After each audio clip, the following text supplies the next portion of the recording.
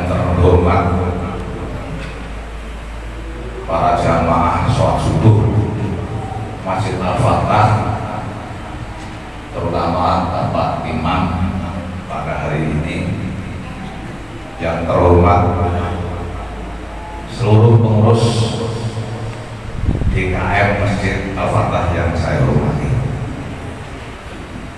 Pertama-tama marilah kita panjatkan puja dan puji syukur kehadirat Allah Subhanahu wa Ta'ala yang telah memperkenankan kepada kita sekalian, yang telah memberikan kepada kita semua pada waktu sholat subuh kita bersama-sama bisa melaksanakan sholat subuh secara berjamaah. Mudah-mudahan dengan melaksanakan sholat subuh berjamaah ini akan mendapatkan ridho dari Allah Subhanahu wa Ta'ala. Amin.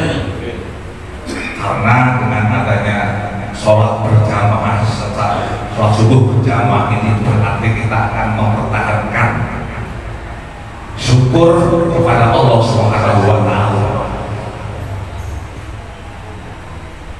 Selanjutnya sholawat dan salam semoga tercurahkan kepangkuan beliau Nabi besar Muhammad Sallallahu Alaihi Wasallam yang telah memberikan petunjuk kepada kita semua sehingga kita bisa melaksanakan perintah-perintahnya dan sekaligus kita bisa melaksanakan apa yang diperintahkan oleh Allah Subhanahu wa Ta'ala. Bapak-bapak dan ibu-ibu sekalian yang saya hormati, tadi saya disenggol oleh Bapak Haji Winanto, katanya Pak Afif Bapak Hasim lagi sedang sakit sehingga saya disuruh untuk mengisi kultum pada sholat subuh ini. Bapak-bapak dan ibu-ibu sekalian yang saya hormati, saya pernah baca dalam suatu sejarah satu riwayat bahwa sebagian atau salah satu sahabat Nabi pernah mendirikan suatu camping, atau sekarang kalau misalnya ya suatu camping, suatu tempat di mana dia mendirikan tempat camping di tempat yang longgar tempatnya.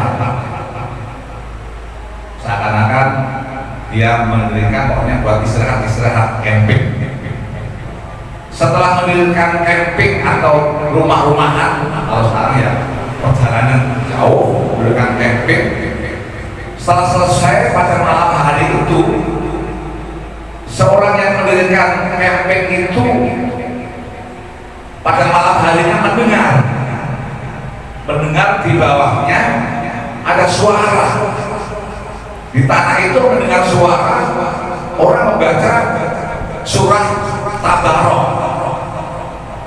Bismillahirrahmanirrahim. Tabarakalladzi biyadihil mulku wa huwa ala kulli syai'in qadir. Pada malam hari itu orang yang mendirikan camping mendengar suara seperti itu. Tidak ada orang, kok di dalam tanah ada suara seperti itu.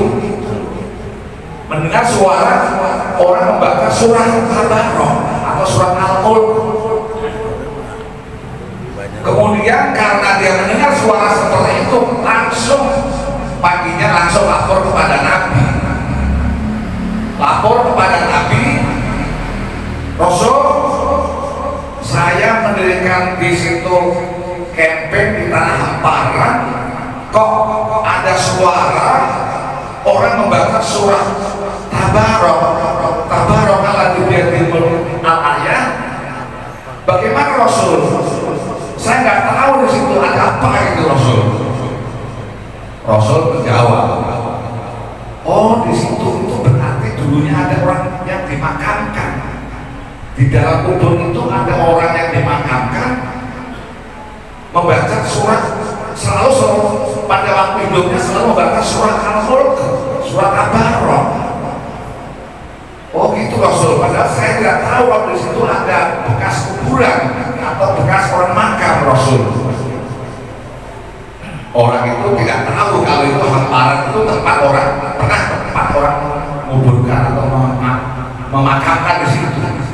Maka Rasulullah SAW menyatakan dalam riwayat Ibnu Imam Tirmidzi kalau tidak salah, anna fil Quran suratun salah sunnah ayatan. Dalam satu surah itu ada 30 ayat syafaat lagu yang bisa memberikan syafaat kepada orang yang membacanya, wa ghufra lahu, dan akan memberikan ampunan kepada orang yang membacanya. Kemudian Rasul menjawab, seperti itu wahai suratul Al-Mulk. Surat yang 30 ayat itu adalah surah Al-Mulk. Para bapak dan ibu sekalian, disinilah pentingnya orang membaca surah Al-Mulk atau surah Tabarak dalam setiap hari. Ada 30 ayat. Kebetulan dalam puasa ini 30 hari, insya Allah kalau memang bisa menghafalkan dalam satu hari satu ayat, 30 juga 30 ayat, insya Allah akan menjadikan penyelamat, penghalang dalam pertanyaan-pertanyaan para malaikat. Jadi kalau kita sudah terbiasa membiasakan membaca surah Al-Mulk atau Tabarak, akan malaikat pun akan tidak bertanya katanya. Suratul Ma'arij, suratul Murjiyah, surahnya penghalang daripada pertanyaan-pertanyaan malaikat, dan sekaligus akan menjadikan surah penyelamat dalam alam kubur. Di mana alam kubur ini namanya alam barzakh, alam yang antara dunia dan akhirat. Berapa tahun kita nggak tahu. Berapa tahun lamanya kita di alam barzakh, berapa tahun lamanya kita di alam kubur nanti. Kalau kita sudah terbiasa membiasakan surah Al-Mulk tadi sebagai surat yang akan memberikan syafaat kita pada alam barzakh, insya Allah. Maka ada satu riwayat, pada saat orang di dalam kubur itu didatangi oleh malaikat, ditanya oleh malaikat, orang itu menjawab dengan membaca surat Tabarak dari atas. Ditanya oleh malaikat Nakir dari kepala, dijawab dengan surah Al-Mulk, dengan surat Tabarak. Tabarakalladzi biyadihi al-mulku wa huwa 'ala kulli syai'in qadir. Ditanya dari sebelah samping, dijawab seperti itu. Ditanya dari bawah, dari kakinya, si mayat itu menjawab dengan surat Al-Mulk. Jadi kesimpulannya bahwa surat Al-Mulk itu adalah surat penghalang dari pertanyaan-pertanyaan malaikat Munkar dan Nakir. Oleh karena bapak-bapak dan ibu-ibu sekalian, mumpung kesempatan dalam bulan Ramadan ini, insya Allah kalau satu ayat satu hari bisa dihafalkan, bisa bersama-sama, insya Allah akan menjadi penyelamat atau penghalang daripada pertanyaan-pertanyaan malaikat Munkar dan Nakir di alam kubur nanti. Karena kita tidak tahu berapa lamanya alam kubur nanti, barzakh. Setelah alam barzakh baru namanya alam akhirat. Alam akhirat itu adalah alam yang tidak akan kembali lagi. Karena kita hidup ini adalah di dalam dunia. Setelah alam dunia nanti baru kita memasuki alam barzakh atau alam kubur. Setelah alam kubur, berapa lama kita tidak tahu, baru akan namanya yaumul akhir, selama-lamanya. Kalau kita di alam kubur, alam barzakh, selamat insya Allah kita akan masuk dalam alam akhirat, itu akan selamat selama-lamanya, menjadi orang yang berbahagia, orang muflihun.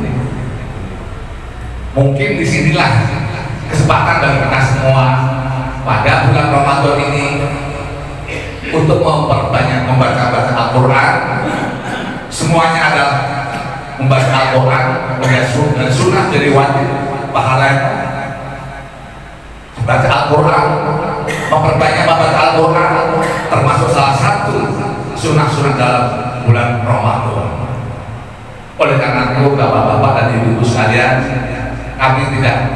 saya tidak akan memperpanjang lebar kultum yang saya sampaikan karena hanya 7 menit. Oleh karenanya mohon kiranya apabila ada kekurangan saya mohon untuk dimaafkan. Wabillahi taufiq wal hidayah. Assalamualaikum warahmatullahi wabarakatuh.